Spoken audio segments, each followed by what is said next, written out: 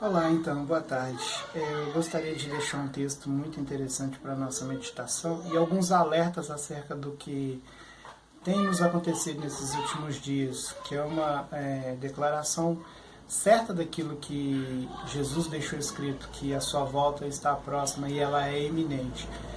Mas temos algumas coisas que temos que tomar cuidado, a verdade é essa, com os falsos mestres, os falsos profetas, ao qual hoje desencadeiam até mesmo dentro das igrejas. E a Bíblia nos alertou sobre isso. Olha o que diz lá em Lucas 21:8. Jesus diz assim: e ele respondeu: cuidado para não serem enganados, pois muito virão em meu nome, dizendo: sou eu, o tempo está próximo. Não os sigam. Isso é uma exortação de Deus para falar assim: não sigam esses falsos profetas. Mas tem alguns aspectos que nós temos que entender para ver verdadeiramente como quando será e o que ocorrerá.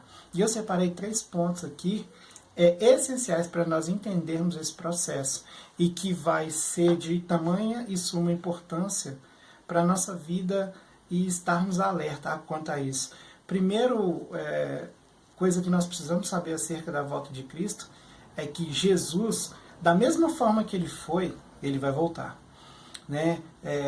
Ele não vai voltar, como diz a seita judaísta, nascendo de uma mulher, do ventre de uma mulher, porque os judeus têm uma certa linha de judeus que eles não aceitam o Messias. Então, eles acreditam ainda que o Messias vai nascer, né, vai acontecer todo aquele processo. Eles não aceitam que Jesus era o Messias.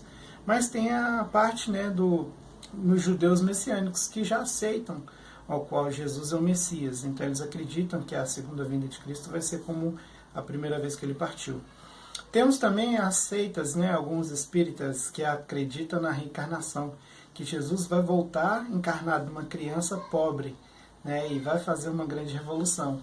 Essas são as 2 vertentes, mas não. Jesus vai voltar da mesma forma que ele foi. É interessante nós analisarmos em Atos capítulo 1, verso 11, nós temos ali quando Jesus dá as últimas instruções e é assunto ao céu, ou seja, ele é elevado aos céus. É interessante que 2 anjos aparecem e falam que, Galileus, o que estão olhando?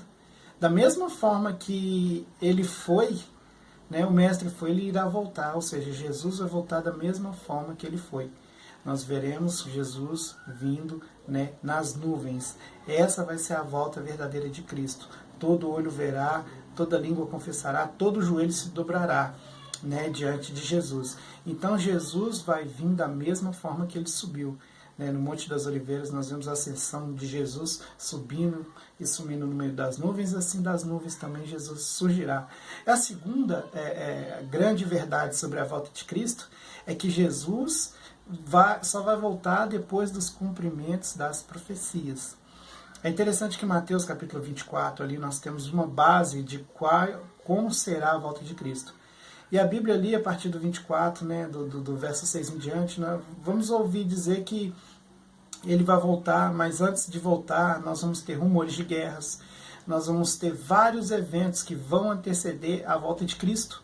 Nós vamos ter vários acontecimentos, guerras, rumores de guerras, pestes, né, terremotos, grandes terremotos acontecerão. Essas pestes a qual nós estamos vendo, que são essas doenças, também vão anteceder, vão ter que se cumprir. Apesar que a maioria dessas profecias, elas já se cumpriram. Né? O que falta ainda, nós encontramos no livro de Ezequiel, de Zacarias, de Daniel e Apocalipse, aquelas profecias que ainda faltam se cumprir para que Jesus volte. Esse é o segundo ponto. Então Jesus vai voltar da mesma forma que foi, né? Ele vai voltar em meio às nuvens. Jesus vai voltar só após o cumprimento das suas profecias, a manifestação do anticristo, né? As 2 testemunhas, toda aquilo que a Bíblia nos deixa claro que vai ser a volta de Cristo. E terceiro ponto, Jesus vai voltar em grande glória e poder. Olha que lindo, Jesus vai voltar com grande glória e poder. Primeiro ele veio, né, da Virgem Maria, nasceu no estábulo, numa coisa onde, né, sem condição nenhuma, a família se encontrava, não encontrou abrigo, então ela foi colocada em um lugar assim, bem inadequado para uma criança nascer, então ele nasce ali, vem de uma família muito humilde, e cresce em graça e sabedoria, e então ele, né, toma o seu ministério, morre na cruz, né, morreu como, né, ninguém o aceitava, mas ele se despiu da glória para se fazer carne, para vir tomar os nossos pecados, e foi à cruz e assim cumpriu o propósito do Pai. Ele saiu daqui como um desconhecido, mas ele vai voltar com aquela glória que ele tinha no início com o Pai, com grande poder e glória. Mas nós temos dois tipos de vista acerca da volta de Cristo, nesse grande, de ser grande, poder e glória, como também é interessante nós analisarmos que Malaquias 4:5 vai falar que ele vem em grande poder e temor, porque vai ser terrível, né, o dia do Senhor. E Atos vai falar que ele vai vir em grande poder e glória. Por quê? Grande poder e glória, como está em Atos 2:20, que todos aqueles que aceitaram, que se renderam aos pés de Cristo, todos aqueles que entenderam que eram pecadores e precisavam de um Salvador, e entendem que se precisavam render aos pés de Cristo, porque Ele levou sobre si todos os pecados, eles receberão Cristo, né? Cristo os receberá, né? E vai tirar todo o lamento, toda a tristeza, e viver feliz com o Pai, o Filho e o Espírito Santo na eternidade. Então esse vai ser o grande momento daqueles ao qual Cristo receberá com grande poder e glória, né? Recebendo ele para, na eternidade, viver para Cristo em adoração a Cristo. Mas, como diz Malaquias 4:5, que vai ser o terrível dia do Senhor. Por que o terrível dia do Senhor? Porque tem aqueles que ainda não aceitaram, não entenderam que necessitam de Cristo, entenderam que as drogas, o vício, né, toda essa vida errada é mais importante que Cristo. Então, para essas pessoas, será o grande e terrível dia do Senhor. E um conselho que eu tenho, ainda há tempo. Ainda há tempo para que você entenda que precisa, né, de um mediador entre você e Deus. Você precisa de um redentor da sua vida.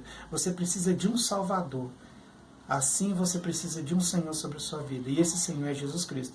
Para que naquela hora, quando Jesus apontar nas nuvens, você possa estar feliz por esse momento, ao qual Jesus vai te receber com braços abertos, né, dizendo: vinde bendita de meu Pai. E assim estaremos todos juntos na mesa para acontecer a grande ceia do Senhor. Então, esse é o grande momento. Você ainda pode se arrepender, você ainda pode entender a necessidade de um Salvador, né? Então, esse é o recado que eu tinha para hoje. Essas são as três vertentes que nós precisamos saber verdadeiramente. Se você gostou, dá uma curtida aí, espalhe esse vídeo que é muito importante para que nós possamos distribuir a palavra do Senhor com amor e com temor. Amém? Fica um abraço do Renato.